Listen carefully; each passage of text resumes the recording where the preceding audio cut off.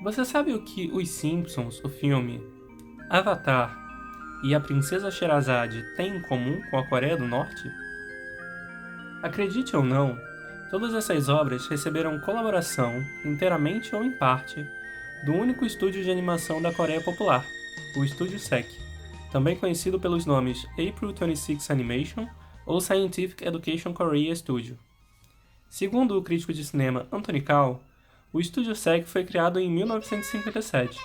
Nos anos 2000, empregava 1.600 pessoas em sua sede em Pyongyang, produzindo cerca de 60 filmes por ano. Em 2014, o estúdio havia crescido e então abriu um escritório na cidade de Beijing. Infelizmente, Anthony Cao não dá muitas informações das fontes dessa informação. Não é só Cao que age dessa forma. Informações referentes à Coreia Popular têm origem muito nebulosa. Por um lado, os meios de comunicação ocidentais têm um histórico de produção de notícias sem fonte sobre o país. Por outro, tradicionalmente há uma recusa por parte das nações do leste asiático de se abrir culturalmente para estrangeiros.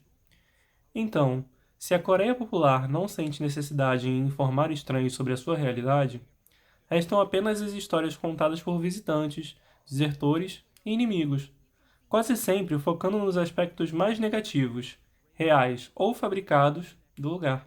É o caso de Guy Delisle, artista francês que viveu em Pyongyang durante algum tempo inexato entre 1996 e 2004. Ele publicou uma graphic novel contando sua experiência enquanto trabalhava no Estúdio SEC. Experiência que foi possível graças às relações comerciais entre Coreia Popular e França.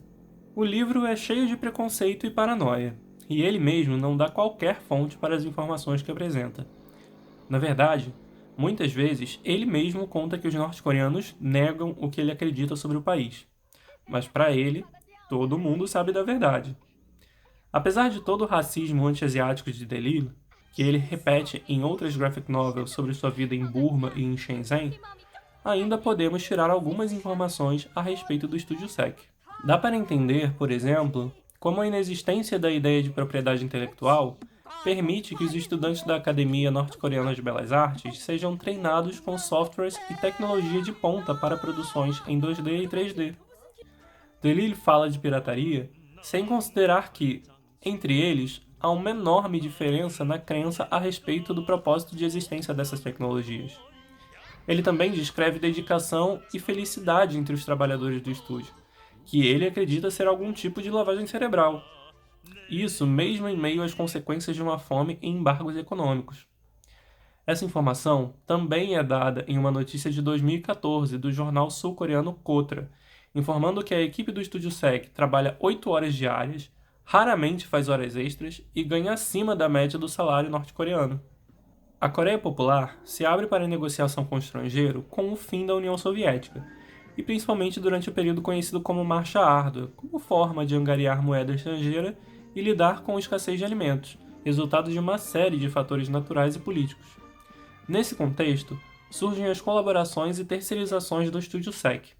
Entretanto, já havia produção para atender ao país. Vale a pena conhecer os desenhos mais famosos de lá. O primeiro, e talvez o mais popular dos três, é O Menino General, produzido entre 1982 e 2019, e é tão popular entre crianças e adultos que um jogo mobile foi desenvolvido a partir dele. Em seguida, está O Texugo Esperto, produzido entre 1987 e 2021, uma animação infantil educativa tão amada que se torna decoração em praticamente todos os parques públicos do país. Por fim, temos Esquilo e Porco-Espinho, produzido entre 1977 e 2012, o mais consistente em termos de lançamento, apesar de ter menos episódios que os outros dois. Que tal conhecermos um pouco melhor esse último? Esquilo e Porco-Espinho é uma série de 32 episódios, cada um com cerca de 20 minutos, cada episódio sendo lançado com uma diferença de 1 a 2 anos. A série conta a história dos moradores da Colina das Flores, esquilos, porcos-espinhos e outros animais pequenos, antropomorfizados, unidos para se defender dos ataques das perigosas doninhas. Considerando os estilos de animação, a série pode ser dividida em 3 partes. Os primeiros 24 episódios, produzidos entre 1977 e 2003, têm o estilo clássico de animação 2D. Nessa parte, vemos um traço similar ao dos animais da floresta de Disney, com olhos amendoados e pequenos, não muito expressivos para os padrões da animação. Nesses episódios, nem todos os princípios da animação são seguidos, o que pode provocar estranhamento.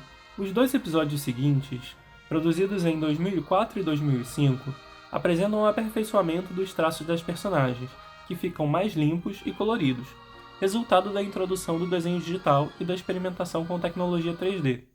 Os 6 episódios finais da série, produzidos entre 2006 e 2012, mostram um total refinamento das personagens, muitas redesenhadas com mais apelo, facilitando distingui-las. Muitos princípios da animação passam a ser aplicados, e esses episódios são inteiramente digitais, em um estilo similar ao da animação Marcelino Pão e Vinho, de 2001, para a qual o Estúdio SEC colaborou. Uma análise narrativa poderia abordar a consolidação da continuidade narrativa entre os episódios, o surgimento de novos personagens e as possibilidades de diálogo com a realidade. O primeiro episódio apresenta esses animaizinhos indefesos sendo protegidos por um urso que as doninhas temem, mas que falha em protegê-los quando eles precisam, motivo pelo qual os pequeninos se unem. O segundo episódio parece bastante avançado no tempo, com as mesmas personagens já totalmente organizadas militarmente. Mais à frente, teremos urbanização e organização política sem qualquer introdução nos episódios anteriores. Esses elementos, assim como as personagens, parecem refletir a realidade norte-coreana. Assim, vemos temas como guerra, morte, espionagem, proteção da nação e da cultura ao longo do show. Temas questionáveis para um produto infantil, mas indiscutivelmente ricos em termos de narrativa. Não há retorno financeiro nacional em relação a essas animações.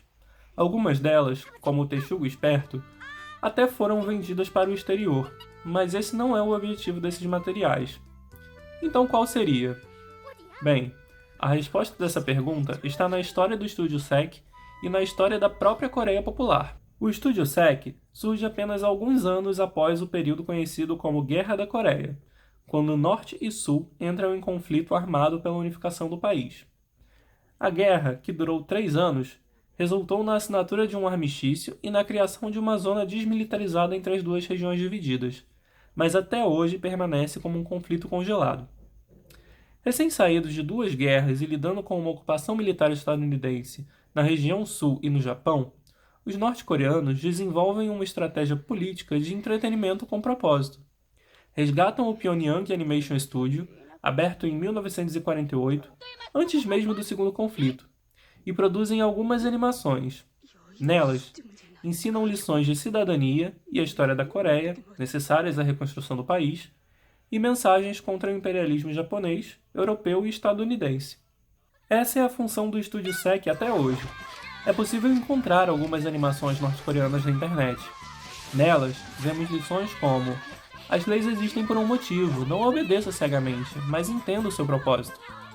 É o caso do curta-metragem Vamos Cumprir as Normas de Trânsito, As dos Patins, em que o jovem Yoo-ho aprende que o lugar apropriado para brincar existe não só para evitar problemas no trânsito, mas também para evitar acidentes. Para além do seu papel didático, o Estúdio SEC desempenha um grande papel nas relações internacionais da Coreia Popular, como foi sua participação em Imperatriz Chang, do diretor sul-coreano Nelson Shin em 2005, representando um marco de colaboração entre as Coreias do Norte e do Sul. O filme foi produzido pelos estúdios SEC e ACON. Foi dublado nos dialetos sul e norte-coreanos e exibido em ambas as regiões. Felizmente, hoje é considerado Lost Media, sendo impossível encontrá-lo na internet ou redes de venda do estúdio ACON, restando apenas algumas imagens e trechos do trailer. Há boatos, entretanto, de que foi lançado em DVD na Coreia Popular, mas a informação é incerta. Se essa é a situação de uma colaboração internacional, o que dizer de todas as outras produções do Estúdio SEC? Algumas obras, facilmente encontradas na internet, são muitas vezes gravações não licenciadas de transmissões de TV norte-coreana. Mesmo as obras mais populares são difíceis de encontrar, o que não dizer das menos conhecidas. Todas essas produções podem ser caracterizadas Lost Media? Muitas não estão disponíveis em lugar algum. E qual é o motivo para isso? Talvez todas as sanções aplicadas ao país, que impedem a compra de matéria-prima e tecnologia para o desenvolvimento tecnológico e acesso geral à internet? Ou talvez as restrições internacionais sobre o envio de dinheiro e pessoas para o país? É bastante confuso que a maioria das limitações ditatoriais que se evoca ao falar da Coreia sejam, na verdade, responsabilidade da comunidade internacional. Essa, no entanto, já é outra discussão.